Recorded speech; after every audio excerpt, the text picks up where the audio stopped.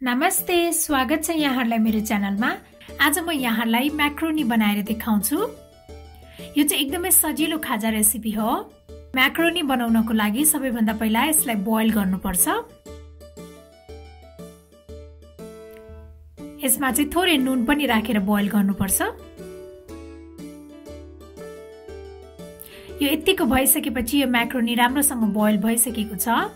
अब यसलाई चाहिँ चिसो पानीले पखालेर लिनुपर्छ।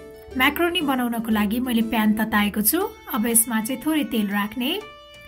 तेल तातिसकेको छ। अब यसमा चाहिँ आधा चम्चा जति जिरा फुराउनु पर्छ। त्यसपछि मैले मसिनो पारेर काटेको लसुन, अदुवा, हरियो खुर्सानी पनि राखे।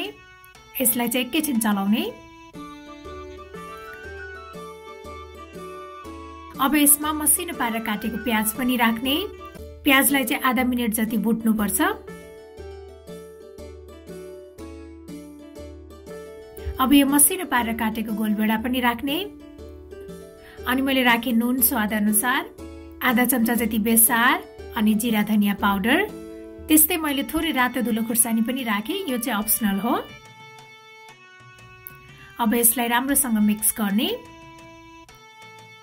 अब यो यतिको मिक्स भइसकेपछि यसमा मसिनो पारेर काटेको क्याप्सिकम पनि राख्ने।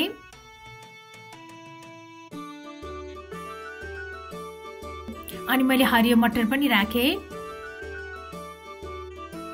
अब यो सबैलाई राम्रोसँग मिक्स गरेर गोलभेडा नपाकुन्जेल पकाउनु पर्छ। गोलभेडा चाहिँ राम्रोसँग पाकिसकेको छ। अब यसमा यो म्याक्रोनी पनि राख्ने र अब यो सबैलाई राम्रोसँग मिक्स गर्नुपर्छ।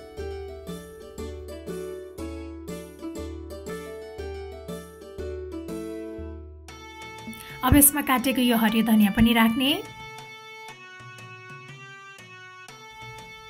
एकैछिन चलाइसकेपछि हाम्रो यो म्याक्रोनी चाहिँ सर्भ गर्नको लागि रेडी हुन्छ। यो पिरो मिठो म्याक्रोनी चाहिँ सर्भ गर्नको लागि रेडी भइसकेको छ।